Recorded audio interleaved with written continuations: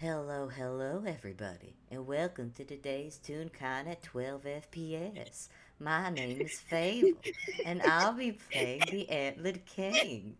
It's so nice to be here with y'all today. And with me for this lovely FPS is none other than the lovely, the beautiful, talented, and giggly.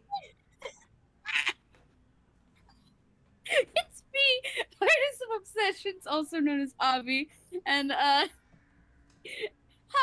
it's FPS time. I'm playing with Ruby Red, like always. And Tiny today, wizard child extraordinaire. now, for in the timeline, this No, FPS. please. Please, no. No, please. I'm sorry. I'm sorry. I'm sorry. Okay, I'll drop it. I'll drop it. So, timeline I wise, can't believe you've this done this. this FPS is taking place after the events of getting a little cornered. Uh, but But, before, but, but you before, know, before the events of Mind Over Matter, where the Antlered King had because, to get put on ice. He had to cool down. He had to yeah, chill. yeah. You know how it is. Uh, Yeah, well, they can't exactly have a talk if Antler's in a freezing station coffin of, you know, yeah, freezing.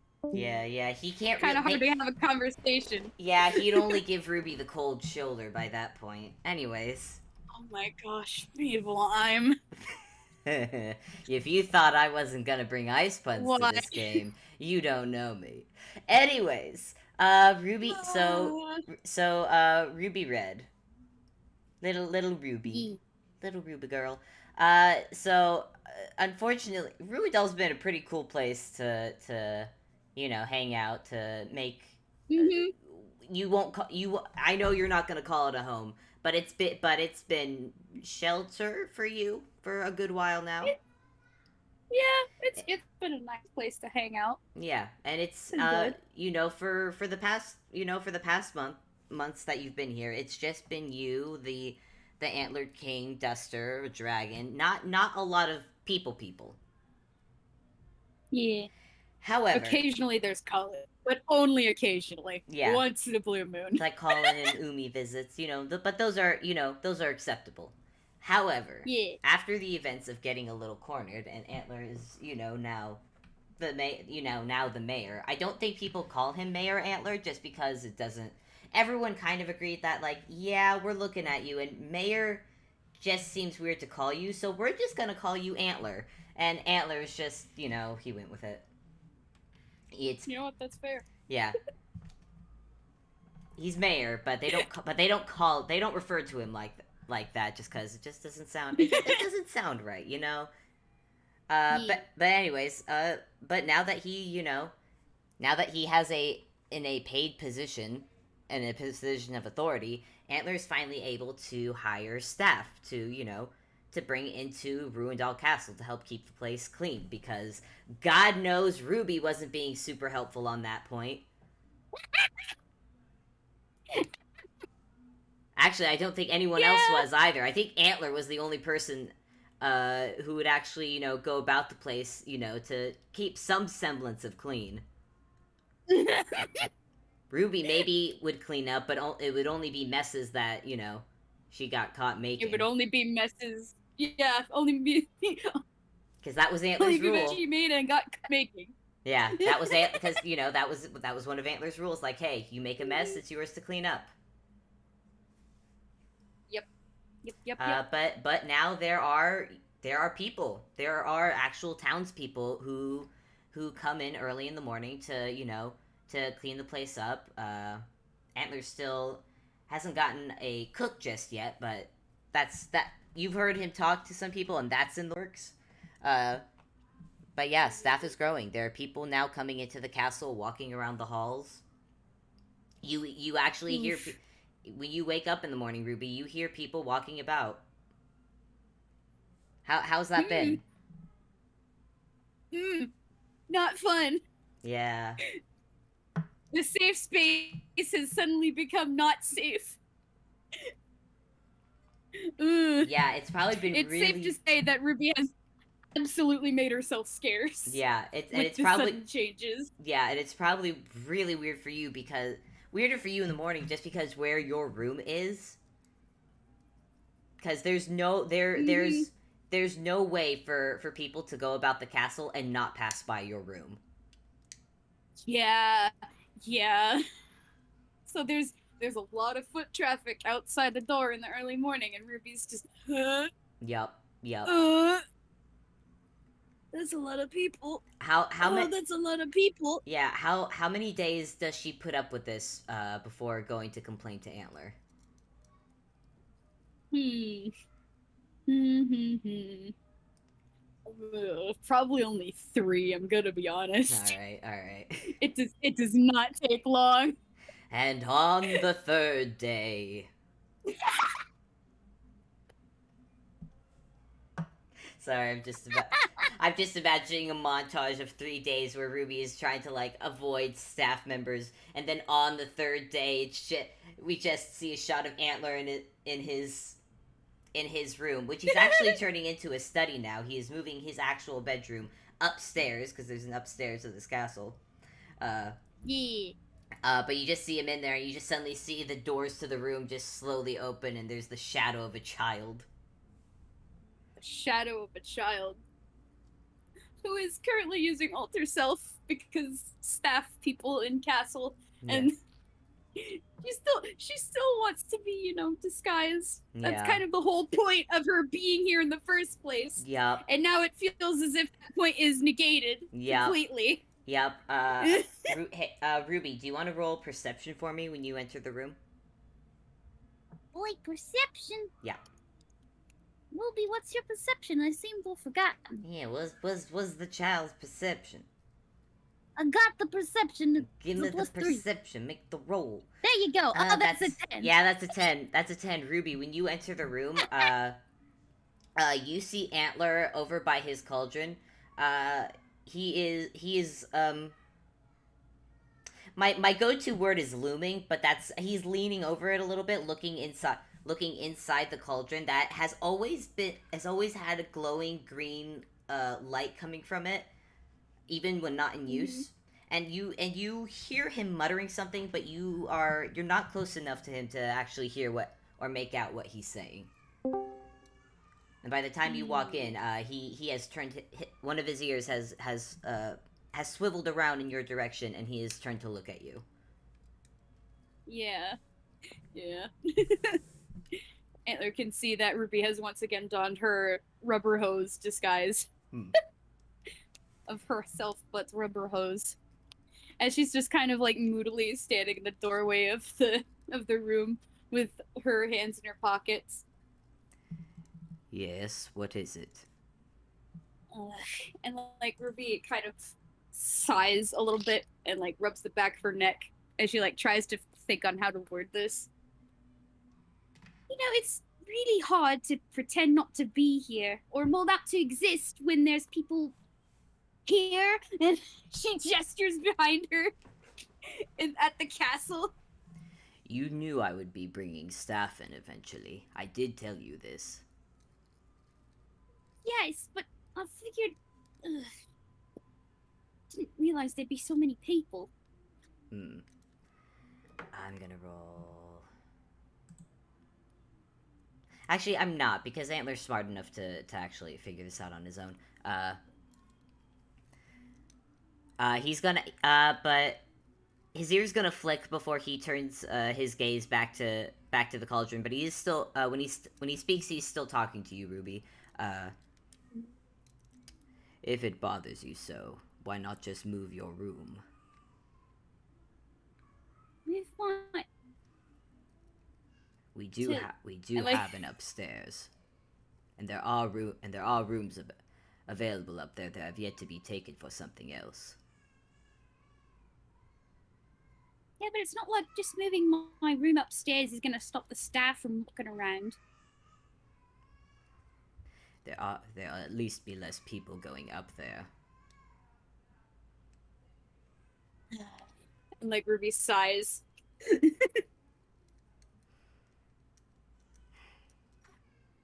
because like it's not the answer she wanted to hear, but hey, it's something at least. it's a little bit. I think after that she just kind of falls silent. Yeah, Antler has fallen silent as well, as he is still staring down into the cauldron. You want to roll insight? Sure, I can roll an insight. I can roll an insight. Ruby, what's your insight? Oh, it's not that good. It's a Oh, it's a 17 though. 17 That's though. not bad. Ooh. Even though he was talking to you, Ruby, as the conversation was going, you kind of realized that you were not. Usually, when you talk to him, he usually is pretty present in the conversation. But in this case, it seems he has something else on his mind.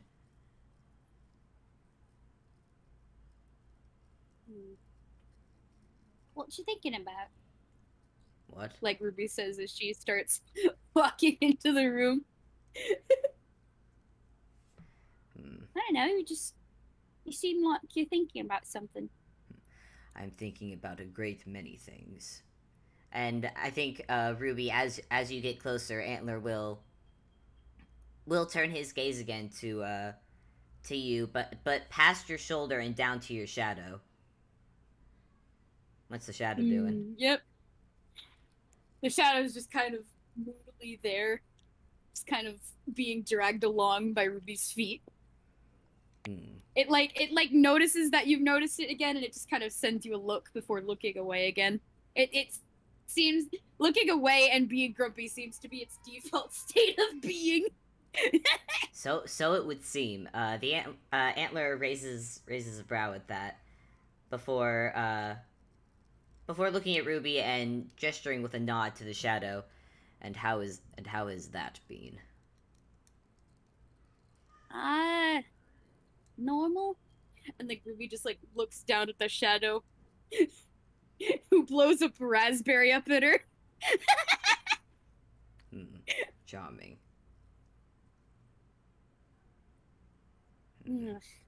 He's always like that. It's just ugh.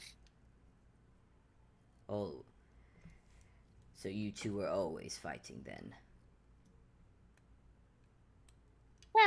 Well, it's not like it's not like Ruby like is stammering as she like tries to word it, but like yeah.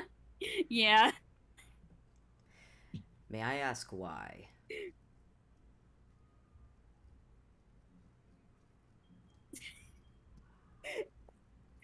Fable, I wasn't prepared. Fable, I wasn't prepared for this. This wasn't on the Yes, it is! I did! I put it on the list! I sent you the list of what we were gonna talk about! Yeah! It's number 2!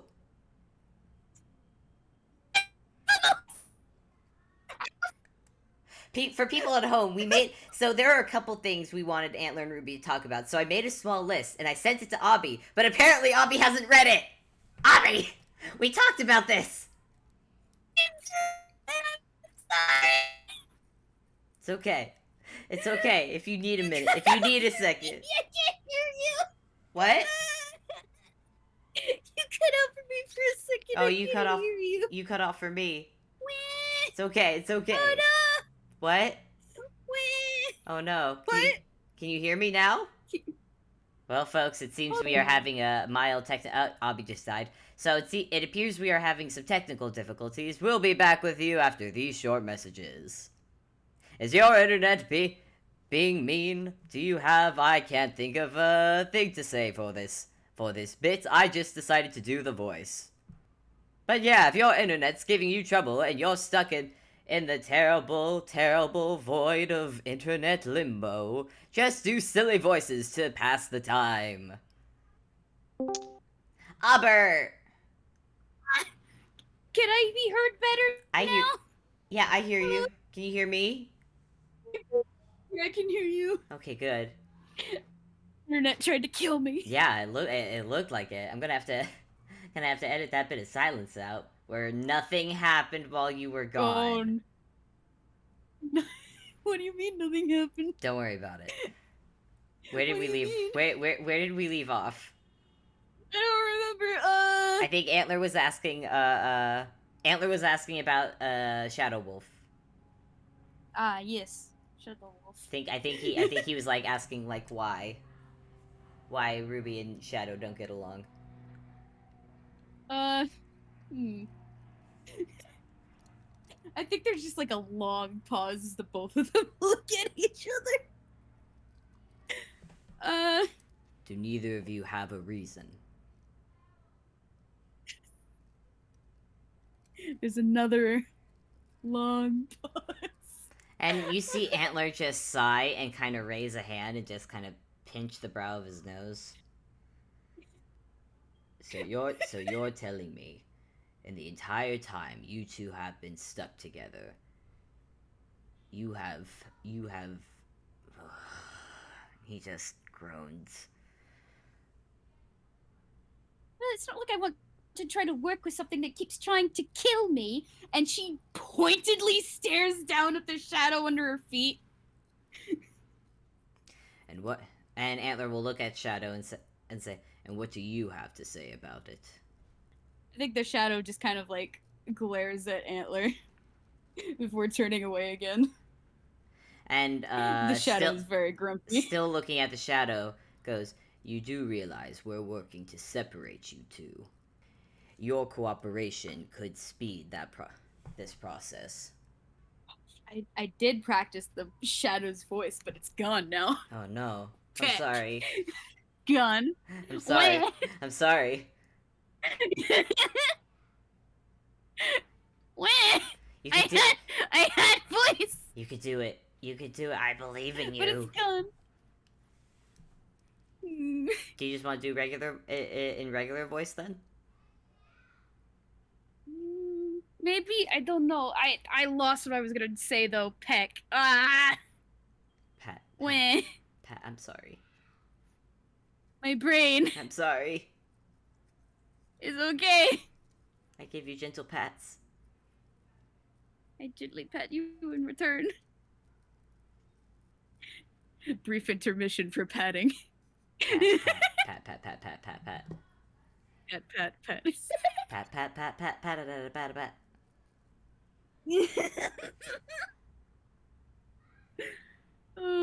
I've straight up forgotten the question that Antler asked because my brain. He's asking he's asking why the Shadow has not been, more helpful, cuz hey, you help, like, if you were to aid us, we're trying to separate you two, which is assuming something you'd also want. Yeah. Yeah. Hmm.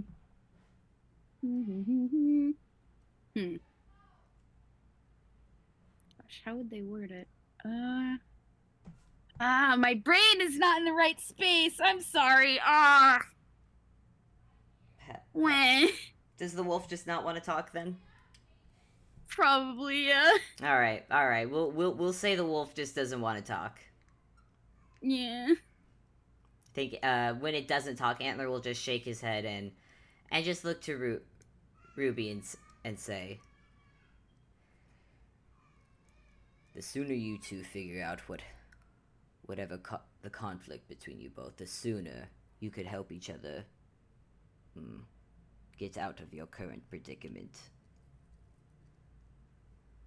As it stands, you are both prisoners in the same cell." I think they're just both like looking at each other again before like turning away in like a very childish sort of manner. Antler will just roll his eyes as he goes back to looking at the cauldron. Now, is there anything else you wish to bother me with? I think Ruby is quiet for a little bit because like she's a little awkwardly like trying to think of what to talk about because there are some things that they definitely need to talk about. But is Ruby the one who's gonna bring them up? I don't know. That's the thing with Ruby. She tends to avoid talking Yeah, about serious stuff. an antler, while he's capable of talking about serious stuff, it's a case of, is it the time and place to bring up these subjects? Yeah. Actually, you know what? Yeah. I know how he can bring it into this conversation. I think as Ruby is, uh, I think what Antler's gonna say is, well, if there's nothing else, why don't you go and think about what I've said now, seeing as you've made a habit not to heed my words usually. You might want to start. He says that more quietly to himself. Ruby kind of uh makes a frustrated little huff and like she looks like she's about to turn to go before she turns back like with her hands on her hips like what's that supposed to mean? Exactly as it sounds. And he turns back to look at her and says, "You are terrible at heeding what other people tell you."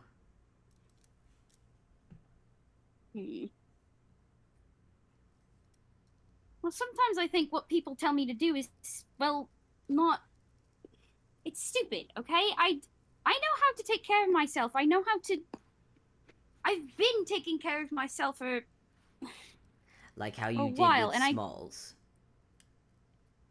When I specifically told... Recall how I told you to go and get Duster, while I bought time. Instead, not only did you stay, but you were practically the catalyst for what started the fight. Yeah, Ruby has been like quietly fuming as Antler has started bringing this up. Yeah, and he's been counting off on his and he's actually has raised a hand to start counting off his fingers on how on his points.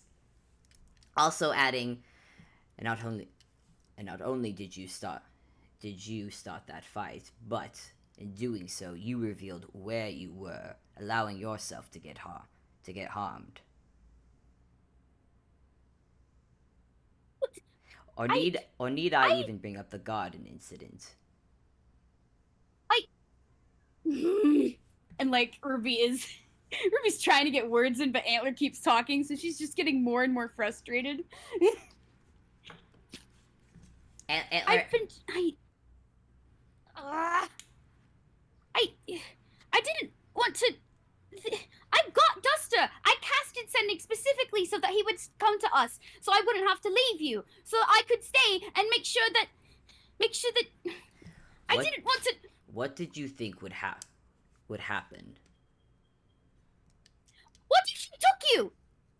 And What what if did she took you and then you were gone and then I couldn't find you and then you were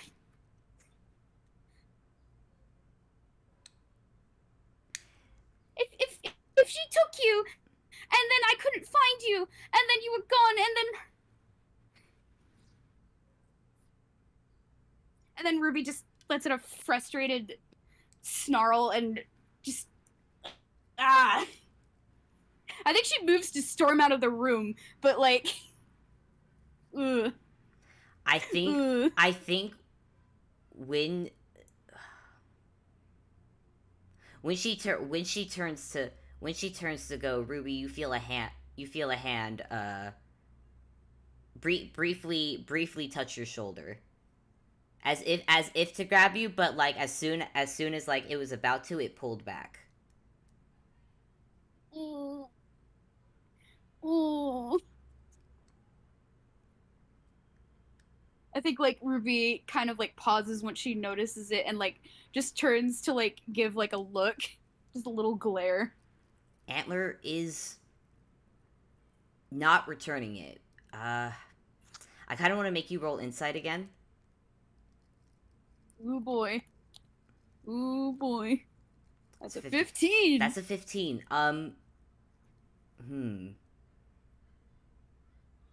Antler's expression is stern as it usually is. Uh, However, his brows have the sternness is not softer, but there is something conflicted there. And his ears are tilted down a bit. And he looks like he wants to say something, but he's thinking about his words first before he does, and then he sighs. Smalls might have taken me. That is true. But I very much doubt they could have held me for very long. And you have to understand, there's reason I tell you to do things. Because no matter what, your actions led to you becoming harmed. That was not a situation for you to start fighting.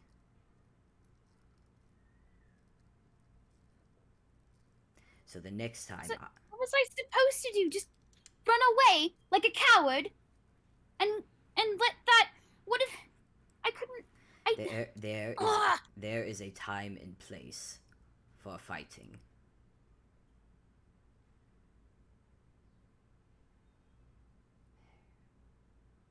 And running does not always make you a coward.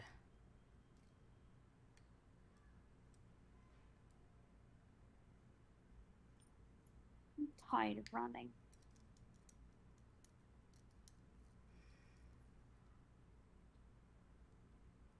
I'm tired of having to put myself in these stupid disguises and running around pretending to be what I'm not.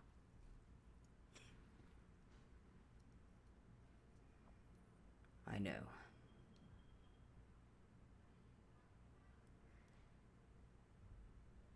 And I cannot promise when.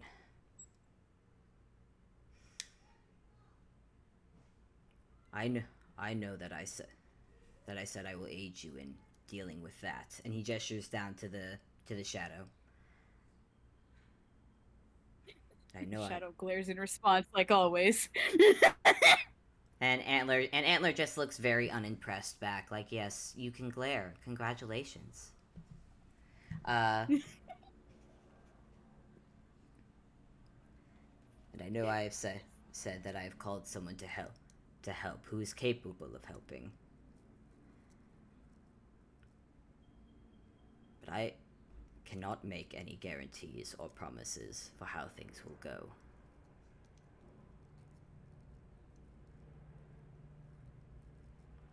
Ruby just kind of nods and like crosses her arms as she like looks thoughtfully down at the shadow.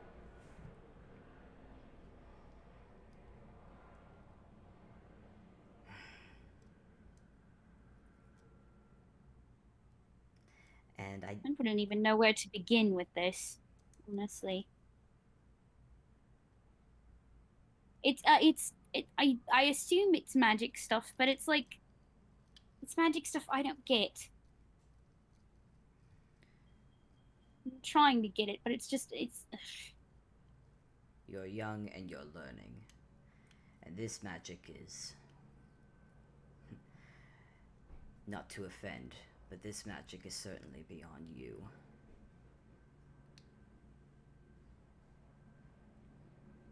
Ruby does make like a frustrated little huff before she goes, I know. I just... Sometimes I wish there were shortcuts for this kind of thing. I hate having to be... Shortcuts. Oh, if only. What?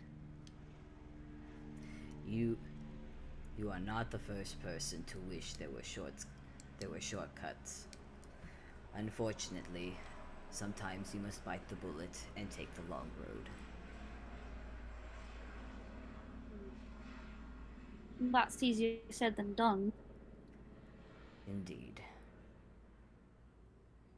But I have found taking the long road,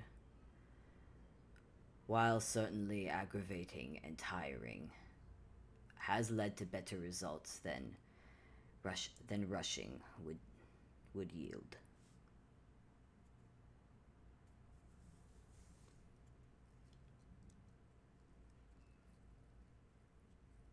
Yeah, Ruby is just quiet as she thinks on that.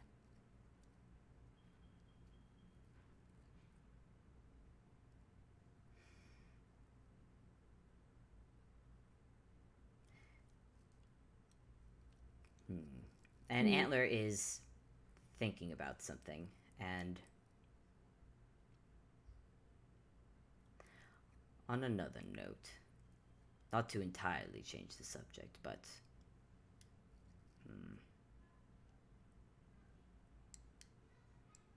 What? if you're wishing to deal with that, and again, gesture to the shadow. Yep. I might have some advice that could be of some help in the long run. I think Ruby looks a little confused at that, but eventually does nod. Well, I mean, anything would be helpful, I guess. Well, this is not. This is not some magical lesson, this is something for you to deal with personally. Tell me, Ruby, what does fire do? Uh, burn stuff? What else? Um, uh, cook things? I don't. Hmm. What does that have to do with anything?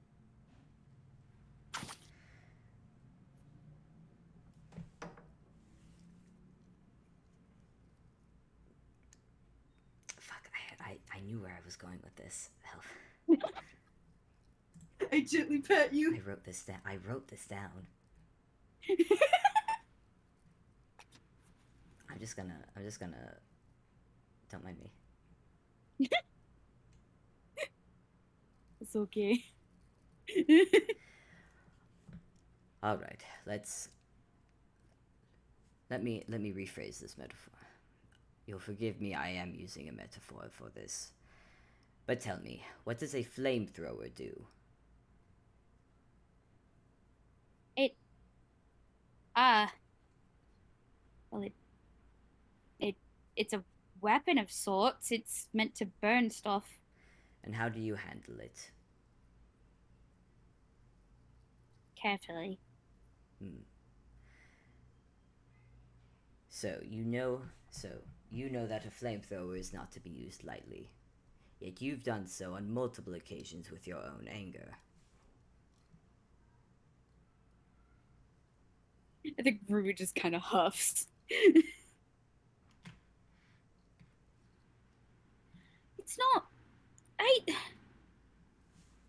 And like she's very like she's just crossing her arms and very grumpily like trying to come up with something to say in response. It's not the same. It's different. Is it? Well, you can control one of them, the other one not so much. How so? I can't. And like Ruby, like looks away for a little bit as she like tries to think how to word it. It's Sorry, no, you go ahead. yeah. It's hard for me to. It's.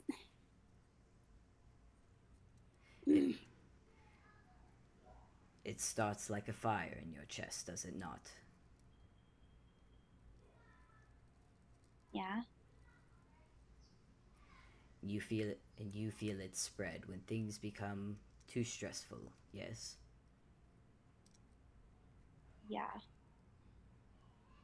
That's. Your anger is like a fire.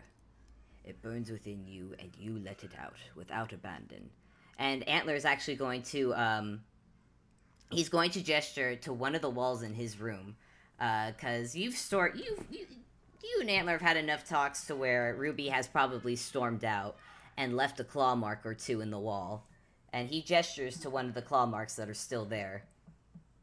In doing so, you burn that which is around you.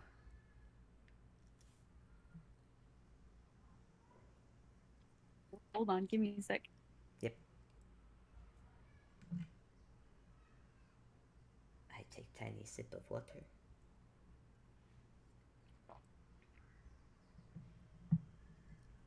Okay, back. Got a little distracted.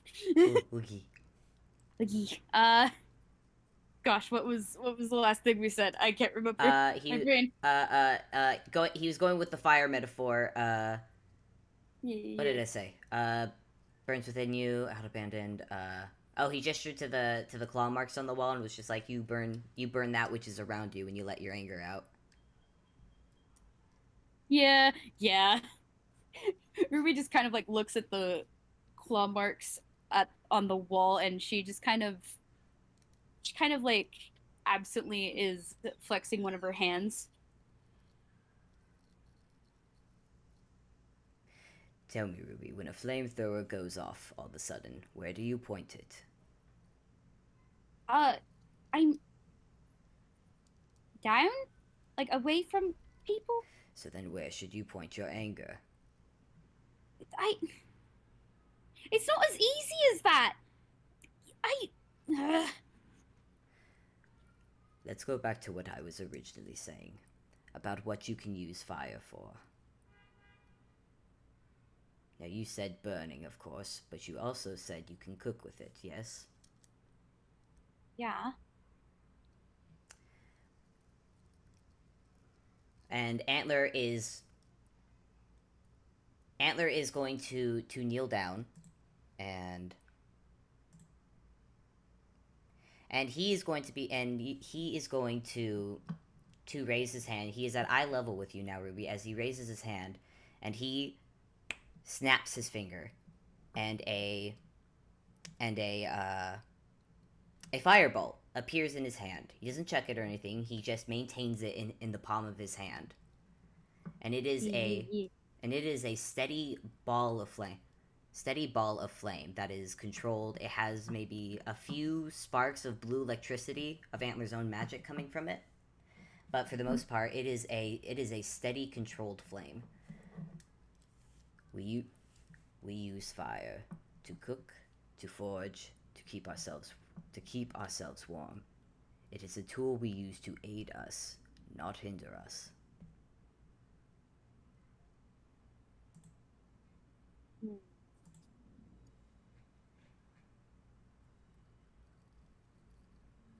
Are you saying that? And like Ruby has to think for a second, because this is like a concept that has eluded Ruby. Mm-hmm. Are you saying that anger can be used like a tool, like fire can? Of course. How do you think I use mine? Now, it is not a tool that is easily forged. It takes work, patience, to become something you can truly use. But once you have forged it, it can be used for almost anything.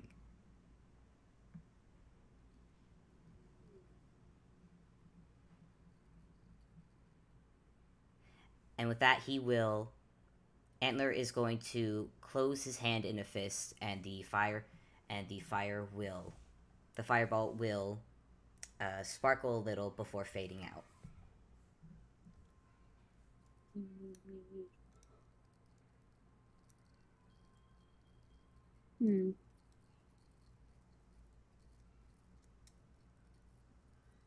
Like Ruby is just kind of awkwardly quiet again. Yep. And Antler will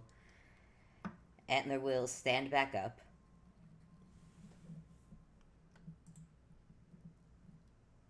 So,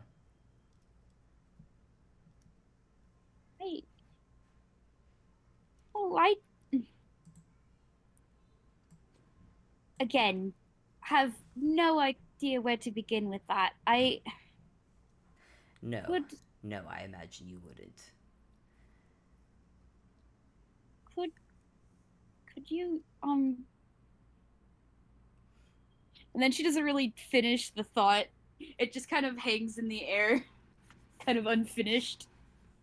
And Antler, who has been looking Ruby at this whole time, just raises a brow and says, "Teach you." I yes. Hmm. And he seems to be thinking about it, but I'm gonna let you ride the insight you made before, and just say that he's quote unquote thinking about it, but you have the sense that he's actually already made the decision, and so he simply nods. Very well. Would be better that you learn quicker than I did. I'd rather not. I'd rather there be no more claw marks in my walls. Well, actually can't cast that spell anymore. Oh, good. Tried, but it doesn't work. Oh no. How terrible. Oh, I can hear the sarcasm from here.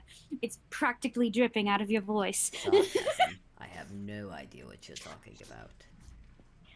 Quit I- it! And I, Ruby just I, kind of gives a very playful little slight shove. no, really, I speak perfectly honestly. Sarcasm, I would never.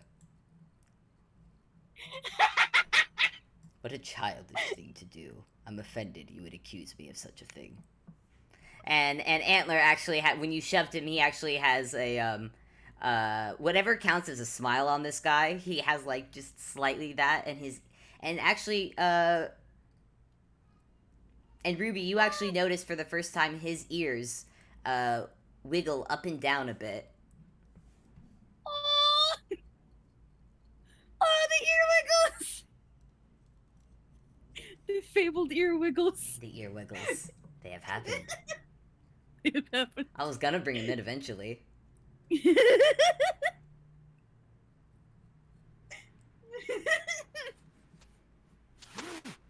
Oh. Oh man. Oh my brain. I wanted to do another thing, but I can't remember. Do you want this? Wah. Do you want tiny sec? I Yes, tiny sec. I am taking tiny sec to Yeah, grab water. yeah. Have sip. Sip. Sippy sip. Oh, I can hear the neighbor's baby crying. Baby is not happy about something. Oh no, baby! Baby! Baby will be fine. Baby is baby. There's always baby experiencing world for first time. Baby must express this only way they know how currently. Just happens to be crying. Wah.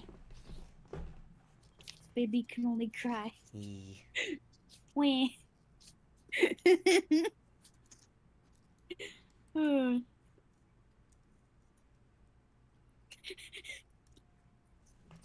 But yes, sarcasm. Poof. I would never. Oh, sure you wouldn't. No, really. Why would I, the Antlered King, ever be sarcastic about anything? I'm very serious. I think she just moves to give you another little shove. And Antler just moves just enough out of the way to where she just shoves air and maybe loses balance a bit. I think she does stumble a little bit, and like there's like that big step where like you where you move a little bit more than you intended. Oh no, Ruby, you should really watch your footing. I think Ruby just pouts, and she's gonna cast Gust. Do I need to roll something for that? I don't know. Oh gosh, where's my phone? It has my spells. Where did it go? Wait, D&D Gust. Thank you, Google, for being available. At the tip. My phone is not here. Hold on, I got it. I got it. Oh, it has to be a strength save. Yeah. Oh no. Oh no. Oh no, strength save. Okay, here we go. Strength save. You know the thing that Antler's good at. Oh, it's a 15. It's a 15. Hold on, Ruby. What's your spell save DC? What is it? Oh god. Please tell me 15 is enough.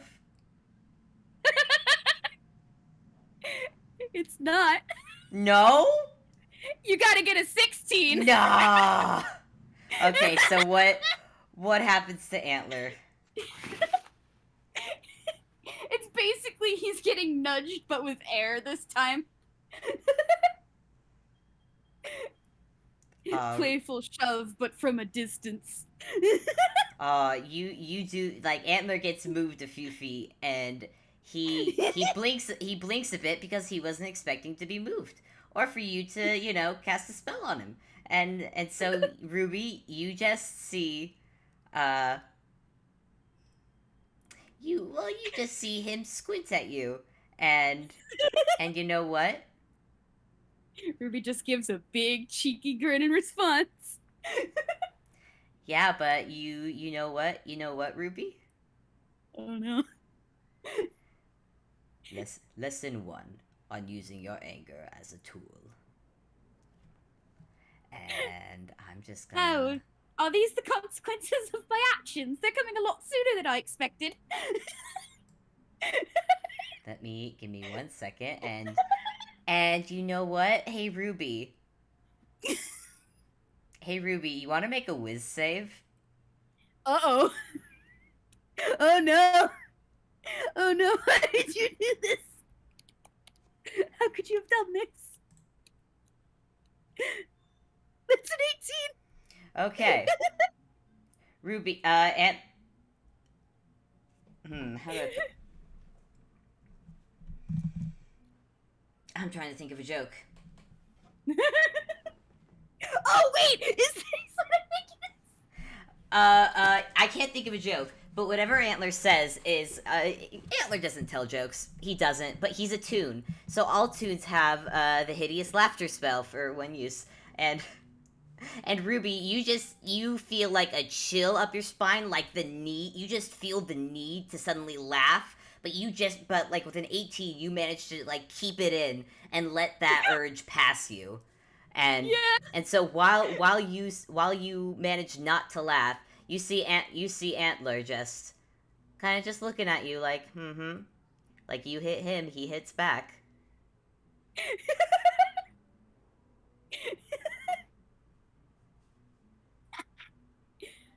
I think Ruby still has that very cheeky little wait. grin. I need to roll a d20. That's a 13. We're good. I had to roll I had to roll Magic Surge because Hideous Laughter is a first level spell. We're good though. We're fine. We're fine, everything's fine. No one's turning into a potted plant today. Yet. God, that would have been so bad if that had happened. Oh, he would not have heard the end of it. He would not have. Nope. Ruby would never have let him live it down. Nope. Thank God. God, thank God. One day it'll happen. Oh, I hope not. One day. I mean, if he does turn to a potted plant, him and Zan will have one more thing in common. Anyways.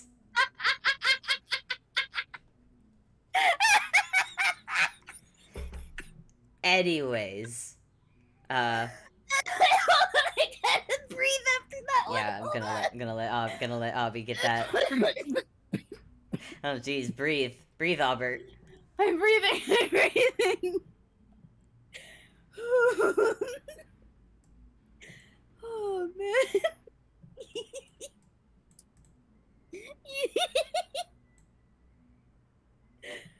Oh. Okay, I'm good. I'm good.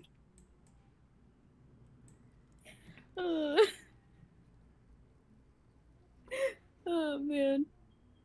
I think when I think as Antler and Ruby are kind of doing a bit of a stare down. I feel like this is a stare down moment. Uh, Yeah. you suddenly hear a knock Oh, at the door, and yeah. it's just I think. hmm? Oh yeah, yeah. You go first. You go first.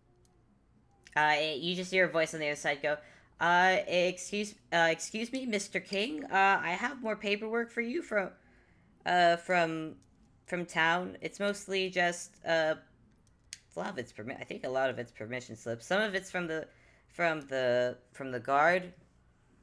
They wanted me to look over, and Ruby, you just see Antler kind of roll his eyes a little bit. Yeah, yeah. I think Ruby on instinct. I feel like as they were having this conversation, she changed out of her disguise, but like the instance that somebody new is around, she instantly goes back into that rubber hose looking disguise. Hmm. Antler will go to the door and briefly talk to the person there. He will take the envelopes and letters that the person has brought, uh, thank them, dismiss them, and then he will close the door to his room. I think he will lock it as well, as a precaution, so no one just comes waltzing in. Yeah, yeah. And he looks back and sees Ruby in disguise. He goes, ah, Ruby's just pouting down at herself again. Well, that was a waste of a second level spell slot. well. Hmm. And Antler looks to be thinking, well, while you're looking like that, you might as well go to town. And he looks at some of the letters and goes, it seems I will need to go to town as well. Do you have to do that more mayor stuff? A bit. But there's a few other things I think would be prudent to do. Like what? Hmm. And Ruby, he's looking at you now. And you're wearing the red coat that you know Ruby always wears. Yep, it's the red coat she always wears, and it's the black pants that she always wears, and it's the yellow boots that boots. she always wears. And and Ruby, you're not a toon. You are in fact a real kind. Yeah. And I think instead of answering, I think this is gonna be where we do like a scene transition where like it cuts to black, and then when we cut back in, it's Ruby and Antler in front of a clothing store in Little Corner.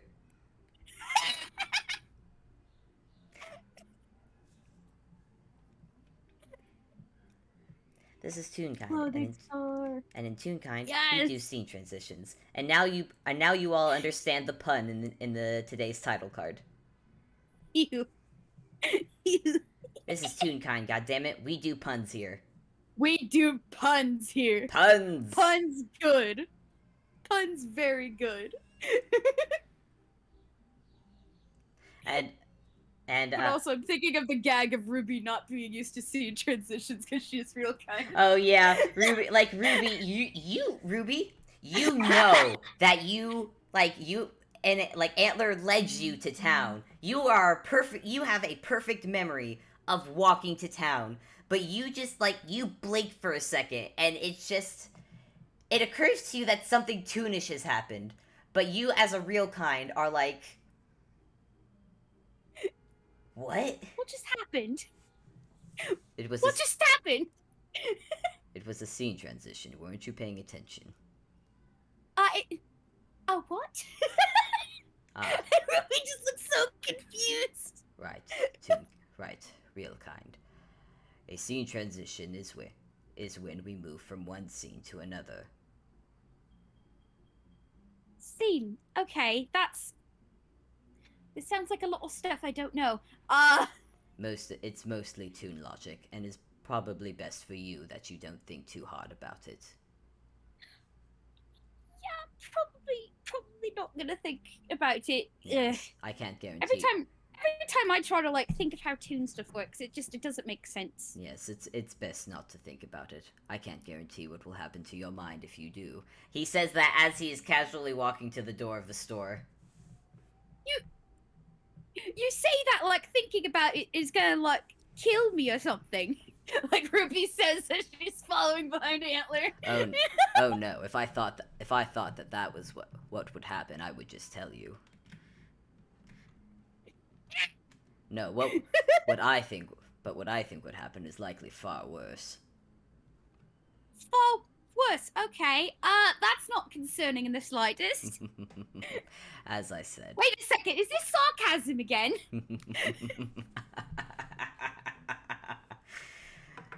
No idea. God damn it. And Antler's kind of just cackle. He's doing his villain cackle as he's entering the store, which has definitely had a few heads turned towards you. And Antler's amused enough to not be bothered. Or actually, Antler himself is actually, he's used to having eyes on him, so he's not bothered by it. Yeah. Ruby's more uncomfortably aware of the stairs, but like after she like makes sure that she still looks like a rubber hose, she just sighs and continues falling behind Antler into the store. Well, it's a clothing store, and Antler takes a look around. He's tall as heck, so he can probably see the whole expanse of it. It's not like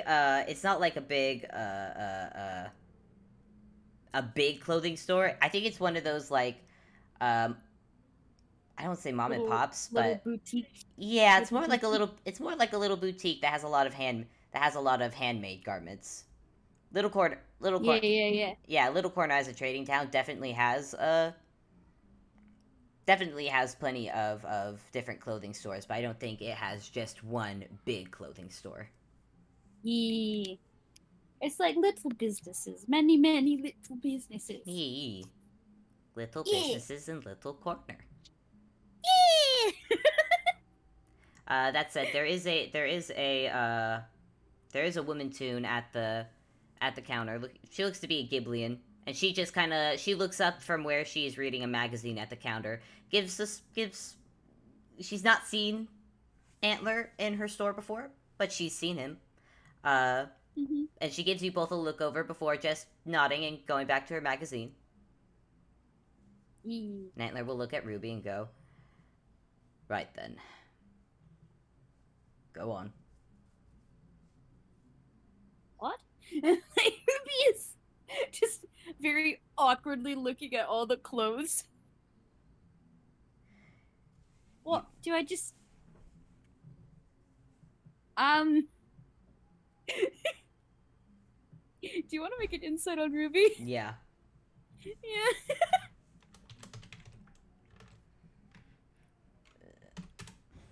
17. 17.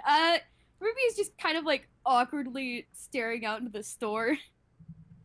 And you kind of get the sense that she has been overwhelmed by the sense of, oh, I need to make choices here. Oh, wait a second.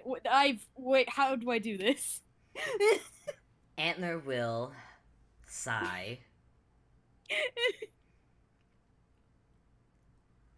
Ruby, have you ever been in a clothing store before?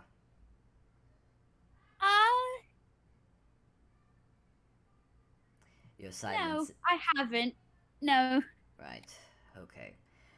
Well then, how about we start with the pants section. Over there. And he will... And Ruby, you will feel a hand just gently nudge your back towards the clothing section. The clothing section that he is... the pants section. Yeah. After a few nudges, Ruby kind of hurries her step a little bit so that she's walking a little bit ahead and like looking at the section of the store that is filled with pants. Yep. A lot of pants. So many pants. So many pants. There's a lot. Many pants. I mean, there's a skirt section. It does have plenty of skirts, but I don't know. Ruby seems like a pants kind of gal. Antler assumes so. Yee. Well, I mean, he's never seen her without pants. He's never seen her in anything else. So There's been only pants and coat and rain boot, yep.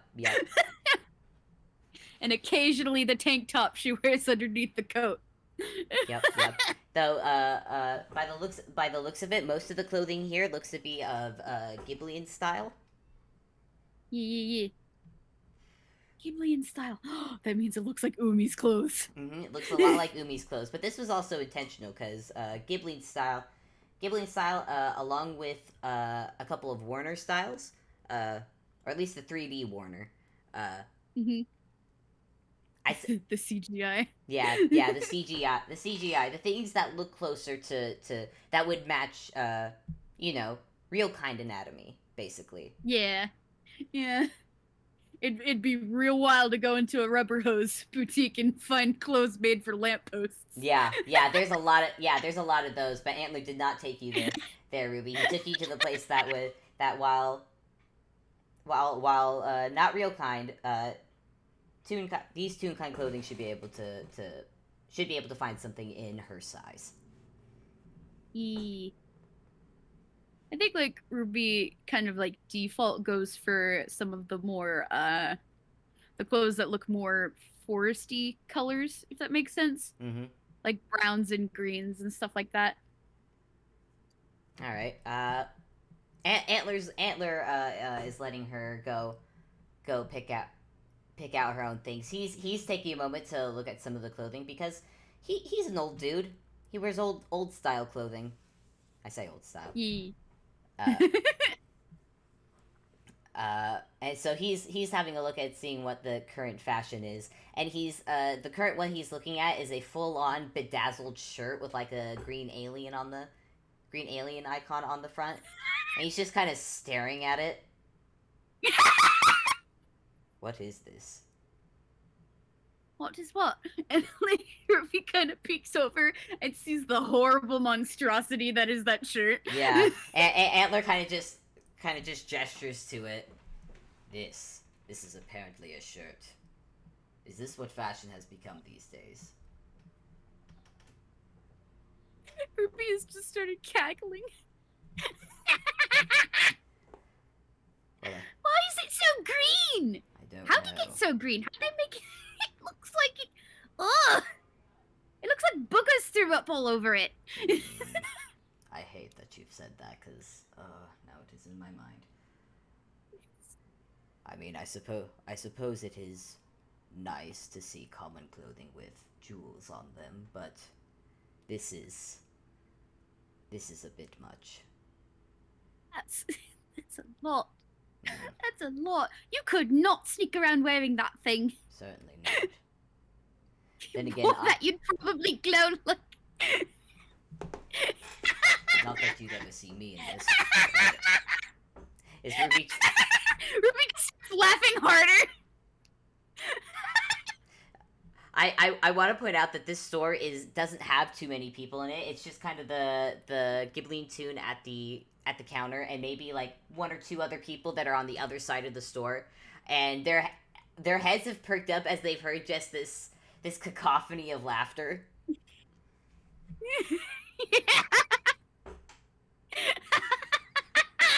Well, you seem to be enjoying this. I'm sorry. I just pictured. I couldn't. What?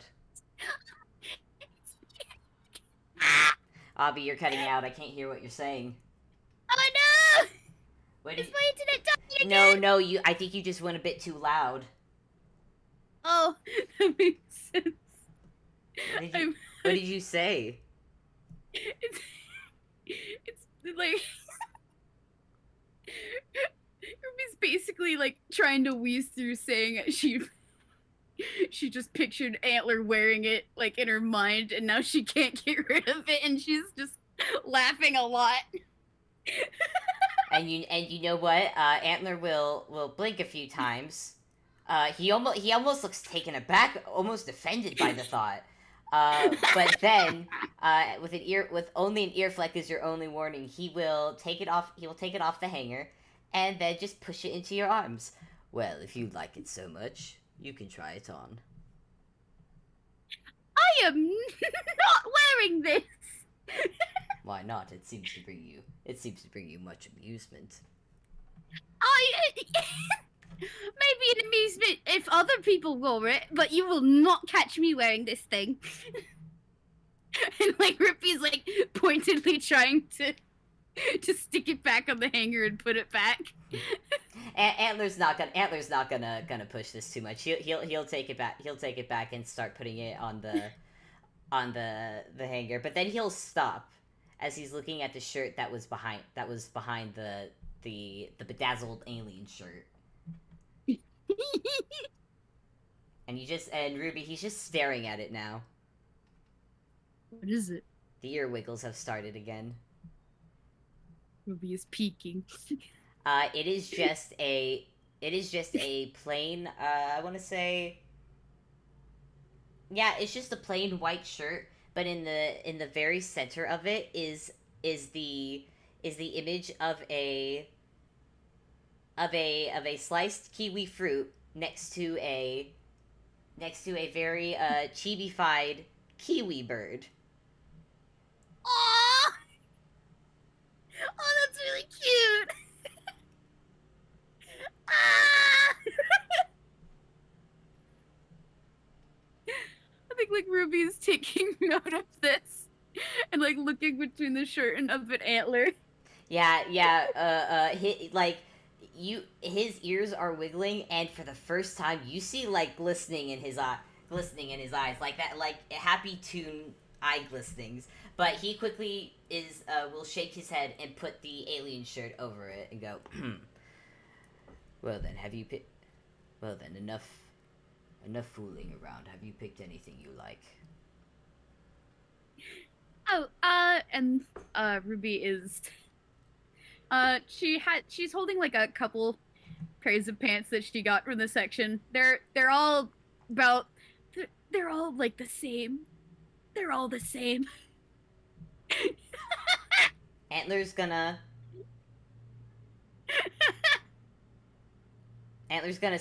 blink a few times. You actually hear the blink blink before he reaches over. He takes a few of the pants. He leaves you, Ruby. He leaves you with one pair of the same colored pants, and then he's gonna go back to the to where your size pants are hanging, and he is going to swap them out with a few different colors. Not incredibly bright, just different colors. And then he's going to come back and hand them back to you. There. You do not need multiple of the same color. It is good to have variety.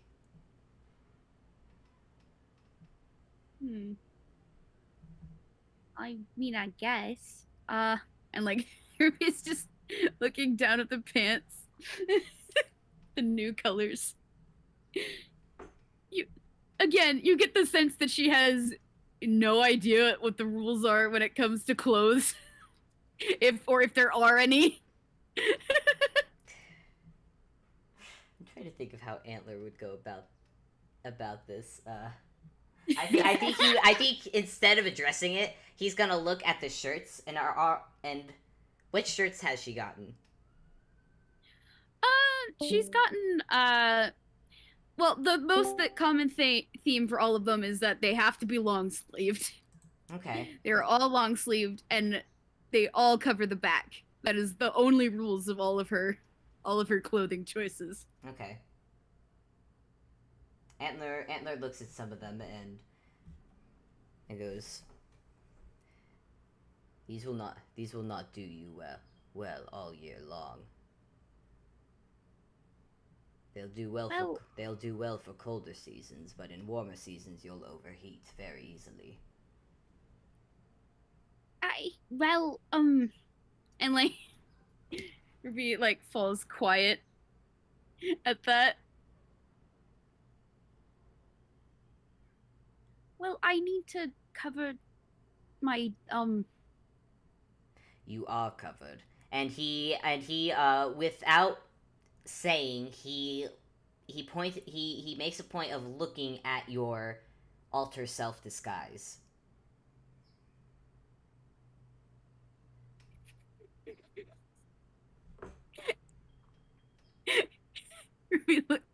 Ruby at first is just very confused. And then, like, she looks down at herself. And, like, the realization of what he's getting at hits her like a brick. I am so stupid. I am. I was wondering how. I was wondering if you just hadn't realized, but. I could have. I could have done that this whole time. Yes. I could have. Yeah, this out of character. This was something I realized a while ago. That wait, Ruby has alter self. She can just hide her scars. She doesn't have to overheat herself with long sleeves to hide them. You see this child's face go on an emotional journey. Yeah, and Antler looks mildly amused. The overthinking everything and not seeing the simple answers has once again happened. Yep. And on that note, Antler will look back at the shirts, and his eyes go over the bedazzled green alien again. Oh god, it looks so bad. And he wrinkles his nose a bit and just, now, with that in mind, do you want to go back and make new decisions?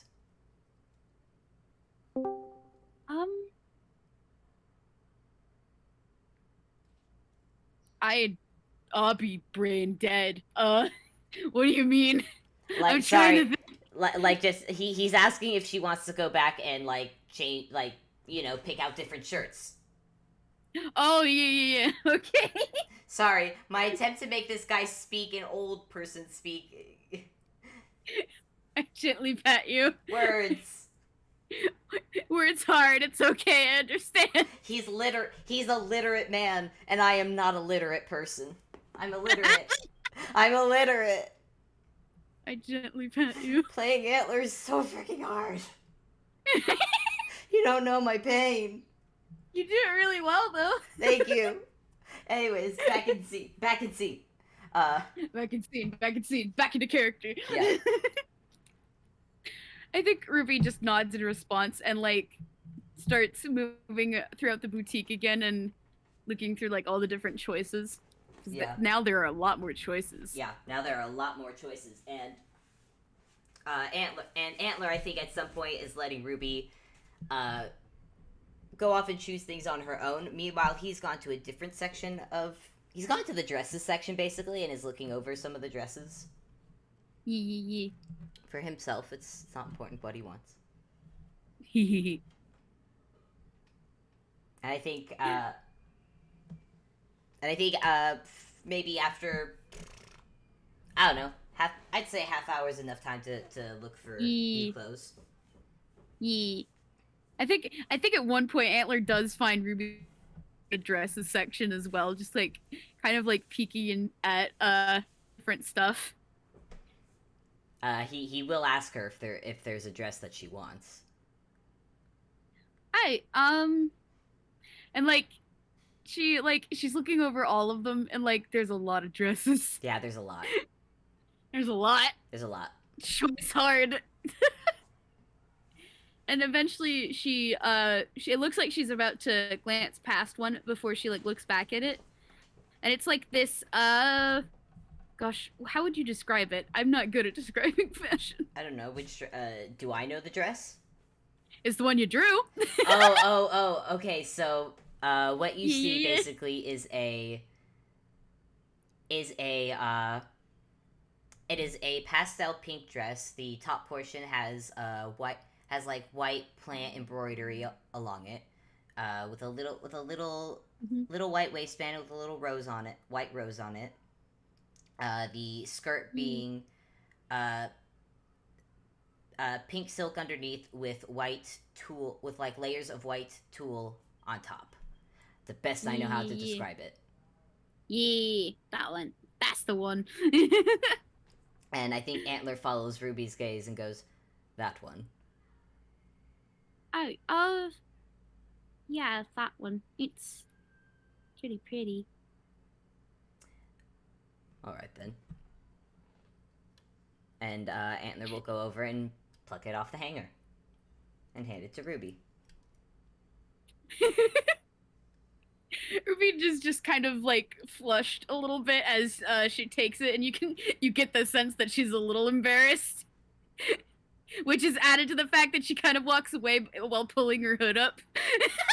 Antler kind of just raises a brow and flicks an ear, like he doesn't know why she's embarrassed. It's a dress. Dresses are good. Like you're not gonna. Sorry, Ruby. That's just gonna confuse Antler because this is the guy who wears nothing but dresses. Yeah, yeah. You've barely seen this guy's feet.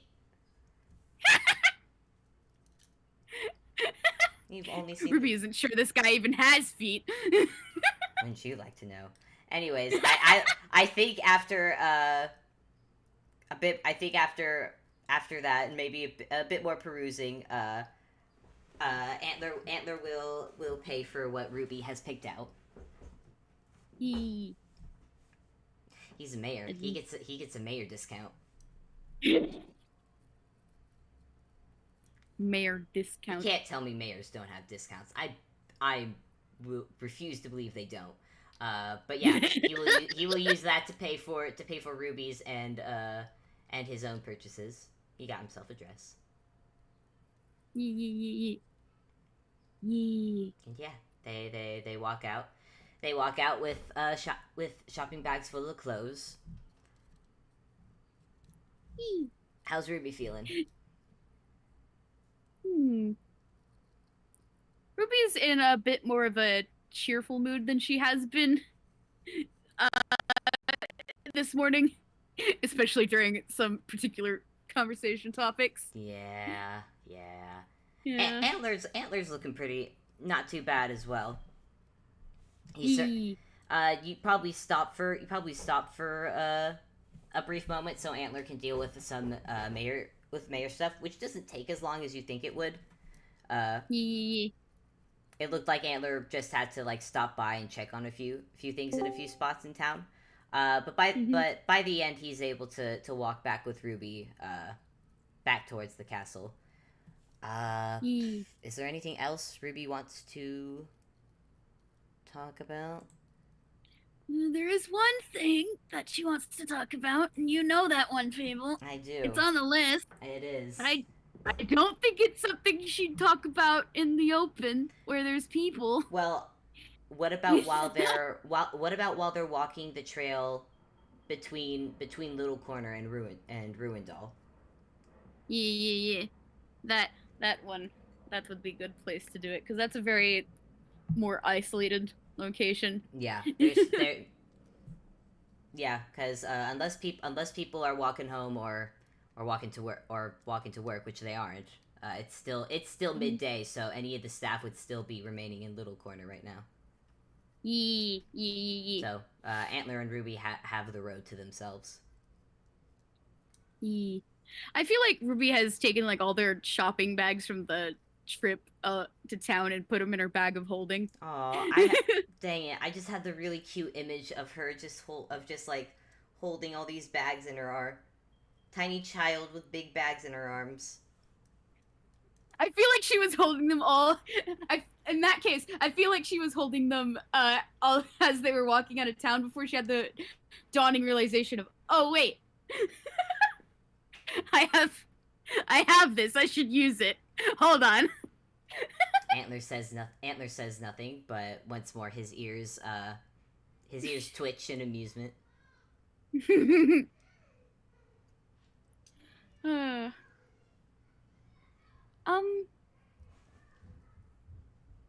I back when you were talking with Mazzy. And Ruby just says the the name with such contempt. Mm. Talking would be a generous way to say it. But yes, go on. It sounded like you two were at each other's throats. Oh, we were. It was quite amusing.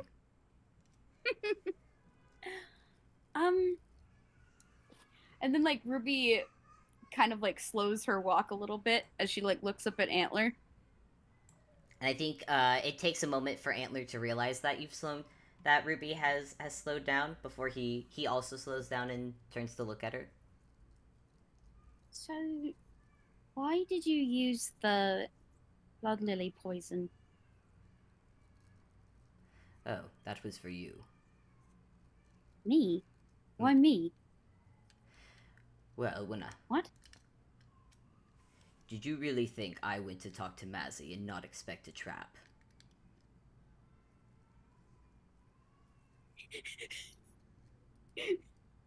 I mean, it was pretty obvious that it was a trap. Anyone with half a brain could see it was a trap. Without a doubt, it was a trap. Hell, even Colin knew it was suspicious, and he's Colin. Oh, even Colin knew about it.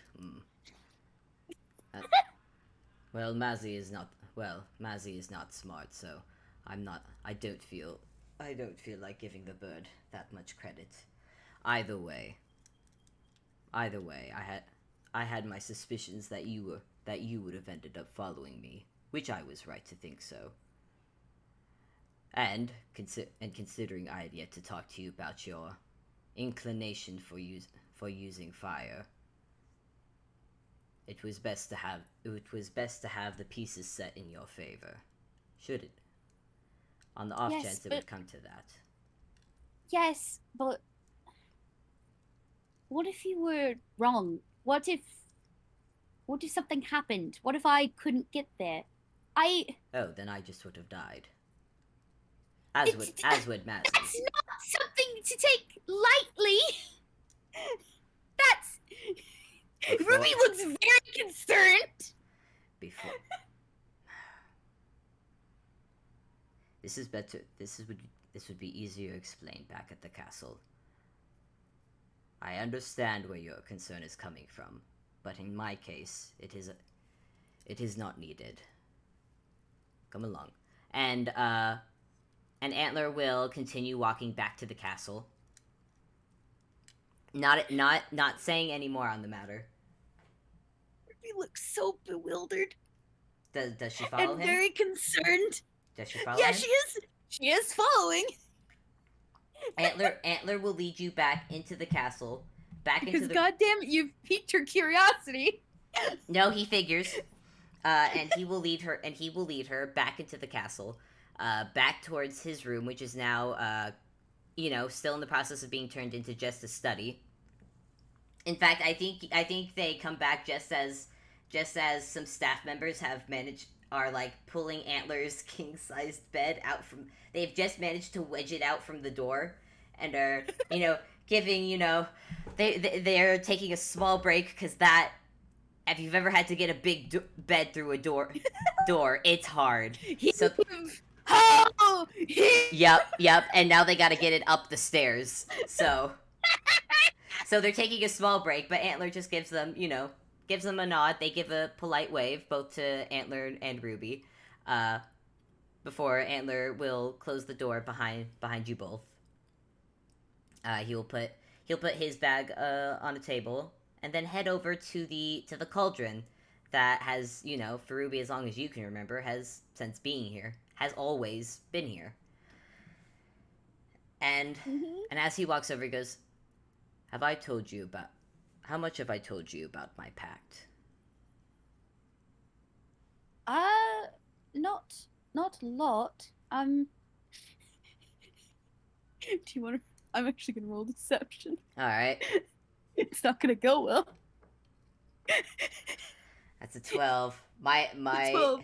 Yeah. Ruby is trying to give off the impression that she always knew you had a pact. That doesn't even beat his passive insight.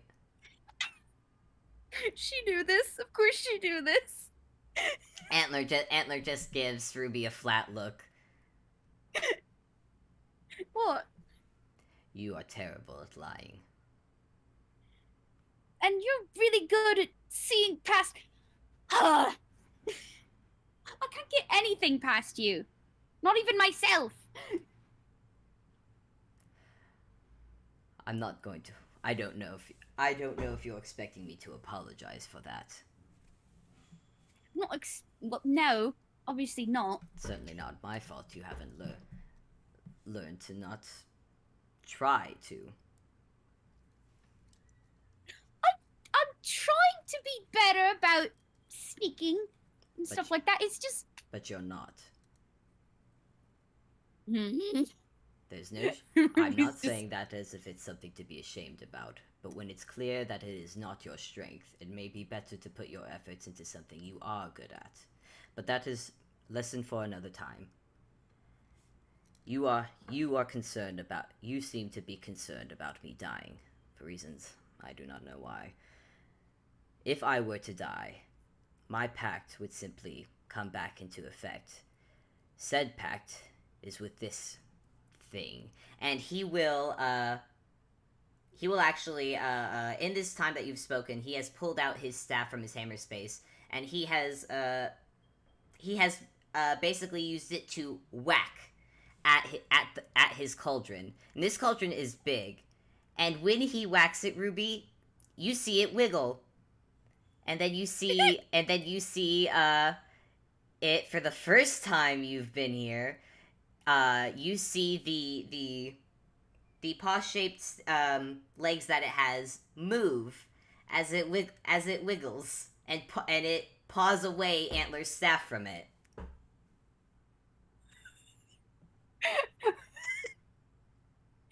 And Ruby's just kind of staring at it. And she's having a moment of, how the heck did I not notice? I've been in this room many times. And Antler just goes, What is that? "This is the Black Vessel. This is what killed me in my time. And it is also what kept me alive back when I was still a skeleton."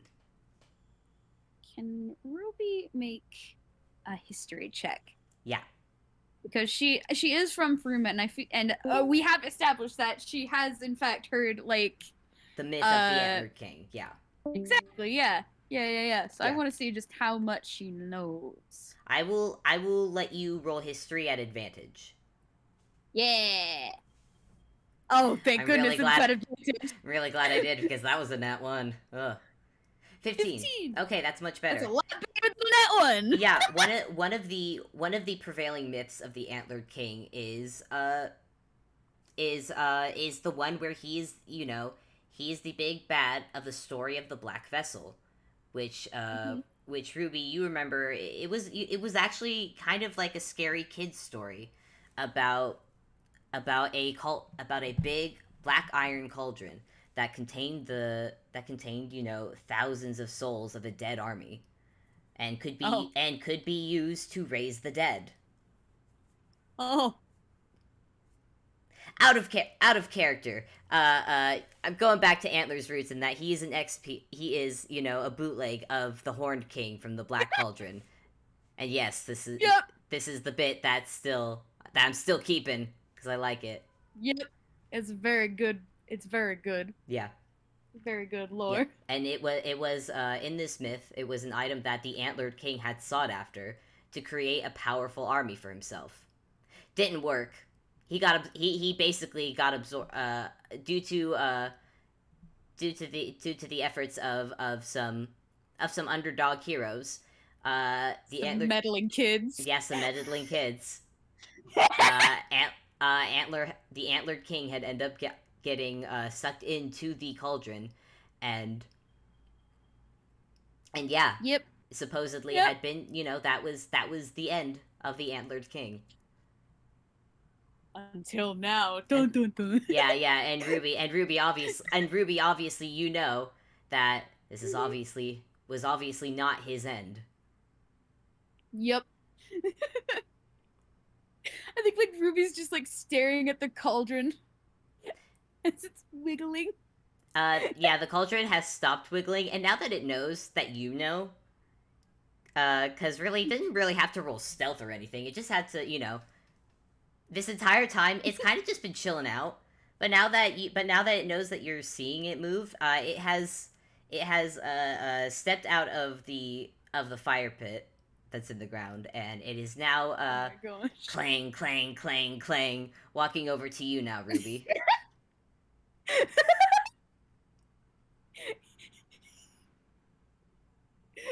feel like Ruby is going to try and pet it. Do I have to make a roll at all? Is this gonna end up like the dragon in the very first episode? I'm gonna, you know what? I'm gonna say at this point, after all this time, because again, Ruby, you've said this. You've been in this room hundreds of times. And each time you've been in here, you've seen that cauldron, but this cauldron has seen you. Mm-hmm. So when you reach out to pet it, the cauldron actually closes the distance and leans into the pet. Oh! It can't make any purring sounds because it's a cauldron, but If it could. if it could, oh, it absolutely would. Actually, Ruby, make a perception check. That I will have you do. Perception check. Here we go. It's a 7. I'll do it at advantage. You're close. You're close to it. 15, yeah. 15! Ruby, I don't know how many times you were close to the cauldron, but you were just noticing now the endless green light that's coming out of it. As you peek over, you can see it looks just like a green swirling abyss, and you are just faintly hearing you're suddenly realizing the truth to the myth you heard about back home, as you are hearing the distant sounds of wailing souls. She like the fucking pot from Kung Fu Panda, like, ooh. Yeah, basically, yeah. Yes, but way more intimidating and the kind of which once you realize it should be sending shivers up your spine. For anyone else, maybe. This is Ruby though. Yeah, this is Ruby thinks this is the coolest shit. Antler is just standing there, letting you two be introduced. Yee.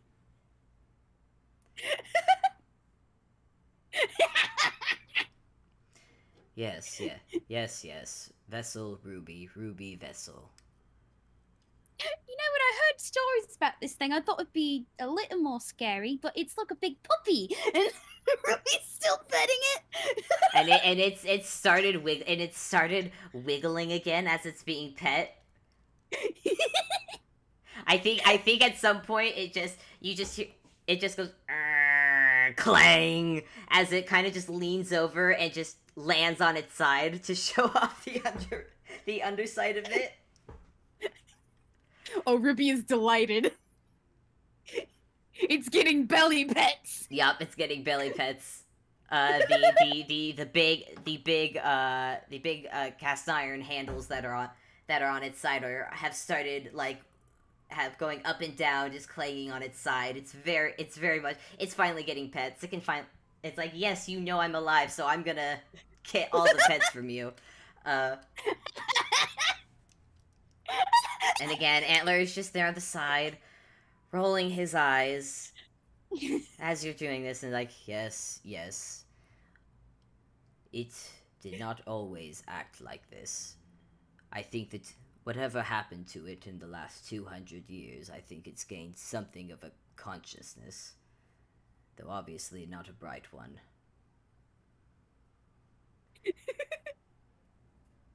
I think like Ruby's like half paying attention, like she does nod, but also pet. Listen, this is a child. No, I know. Antler knows that. Antler is realizing this. and I think he's actually gonna walk over and probably tap the cauldron with his staff again, and you'll hear like a sort of like as the cauldron slowly starts to lean back to lean back upright. I think Ruby has to like scramble out of the way, like, oh wait, hold on. Yep. She does, because this is a big cauldron, and she will This get is a big flattened. cauldron, and if she gets flattened, there might be a broken rib because Yeah, she's not more attuned. than a broken rib if you get stuck under this thing. Oh boy. But you're fine, Ruby. You're fine.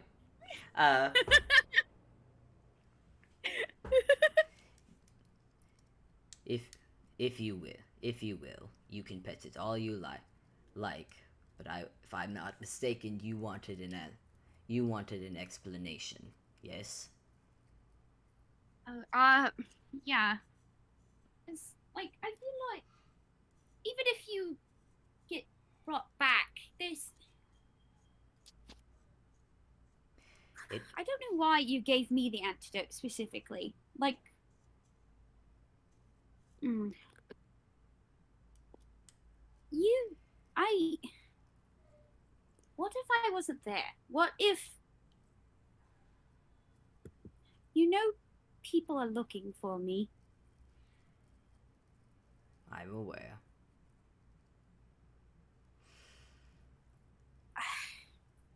I can. This might just be me overthinking things again, but what if they and I wasn't.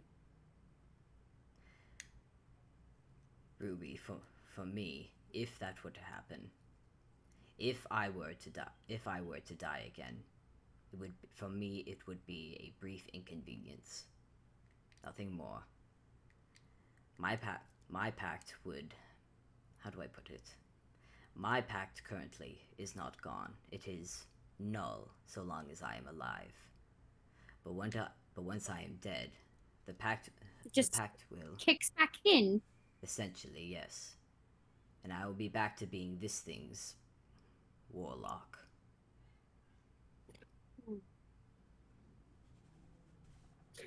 Ruby looks down at the cauldron again. The cauldron wiggles. And then, but Antler continues. As for why I gave you the antidote, and I'm gonna roll D10 again. Mhm. Since it has actually been some time since he's given her that antidote. Antler reaches into his hammer space, and he will pull out an identical vial of the same antidote.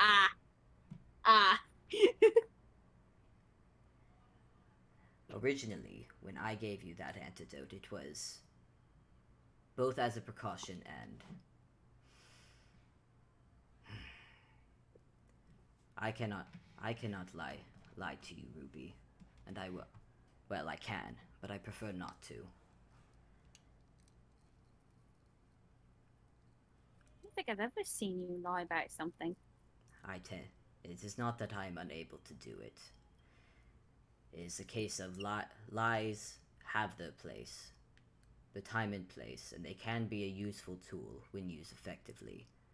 Unfortunately, they can also be used against you. Just look what it did to Mazzy. Exactly with Mazzy. I will not lie to you this time. In this instance, I gave you that as a means of convincing you to stay.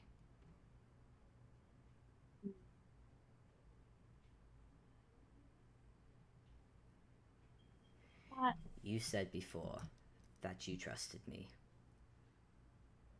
And I should have said then that I am not someone to trust. I am not a good person, Ruby.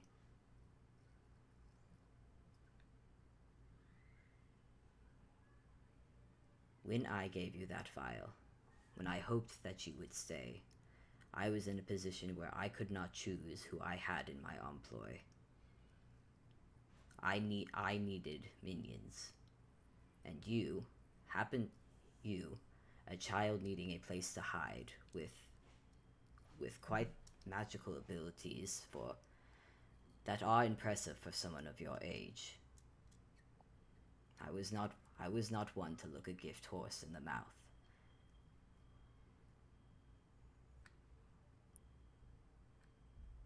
Man, there is an unspoken thing there that Ruby is now thinking about real hard. What? So, I, um,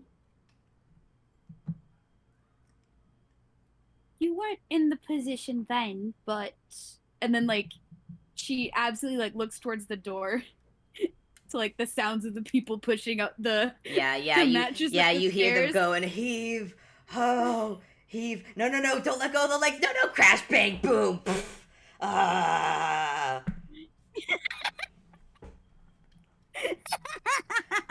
You just hear that, and Antler follows your gaze, and he sighs and nods. Yes, now that has changed. what does that mean for us? Like, for Duster and I, and, Duster is currently in charge of the tiny community, the one that they plan to build here, at least. And a king does not go back on his word, not lightly. And as I have stated, I will help you with this. And he looks down at the shadow. And before you go glaring at me again, he's saying this to the shadow.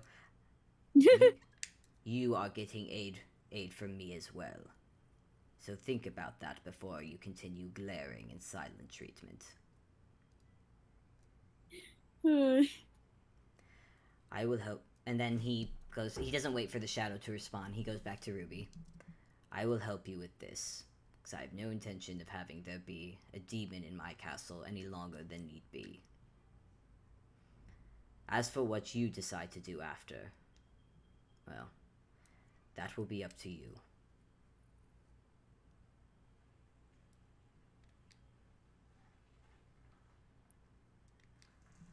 I think Ruby is like kind of quiet on that as she nods after a good bit of pause. I think as she's thinking, Ruby, you feel just a gentle nudge in your shoulder as the black vessel has leaned into you a little bit. Aw. It's getting pets again. Ruby is gently giving it pats. It is wiggling again.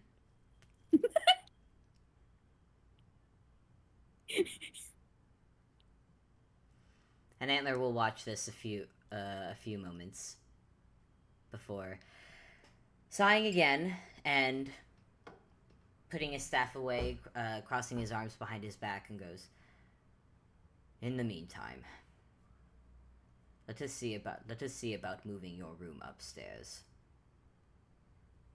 Frankly, the room you have, I don't think it was even meant to be a bedroom.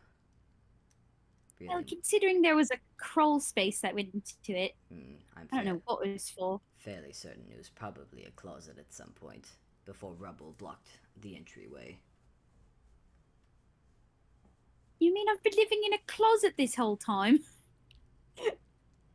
Is that what that's been? Like, considering its placement in the castle, yes.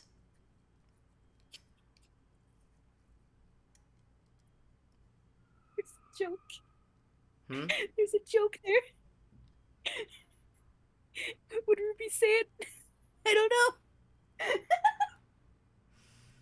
I think as Antler is walking around Ruby as she's processing this, he's going to start. See the big grin that's growing across Ruby's face. You can see the joke. And I think Antler just goes, I guess you could say I'm about to come out of the closet, huh? You are far too young to be making that joke. For heaven's sake. For heaven's sakes, you're 13. 14. I am 14. She Sure. points at Antler. Once more, Ruby, you are a terrible liar. Hmm. Re- There's just the big pout and the crossing of arms again. really, I don't see how you thought I was going to fall for that.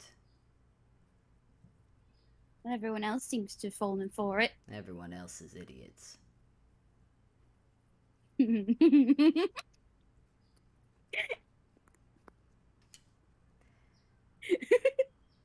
Now then, no more jokes, no more fooling about. Let's see about moving your room.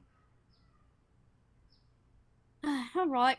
At least my hammer space will make it that much easier. And Ruby starts heading out of the room Yeah, with her little bag of holding at her side. yes, and how do you plan on fitting your bed into that? Ruby pauses. And she looks down in the bag.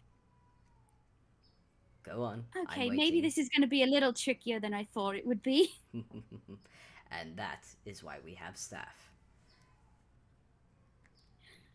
I think like Ruby's about to walk out the door before she realizes that that she's no longer in the disguise again, and she sighs.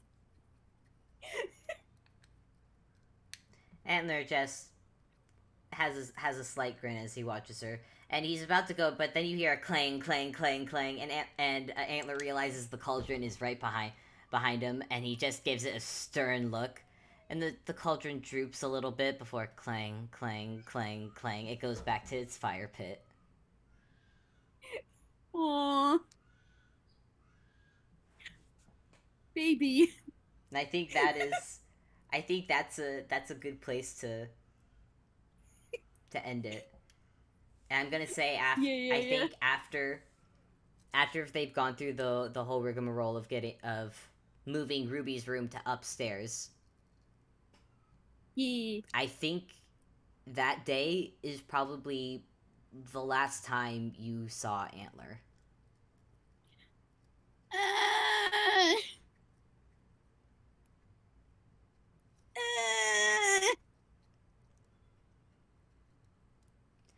Do not forget what we talked about. That is what the Antlered King wrote in the letter to Ruby read. Yeah. And that is sure what he wrote, huh? Mm-hmm. And that is where we are going to end today's FPS. Thank y'all for listening. Hope to see y'all again next time. And until then, yeah. bye! Bye.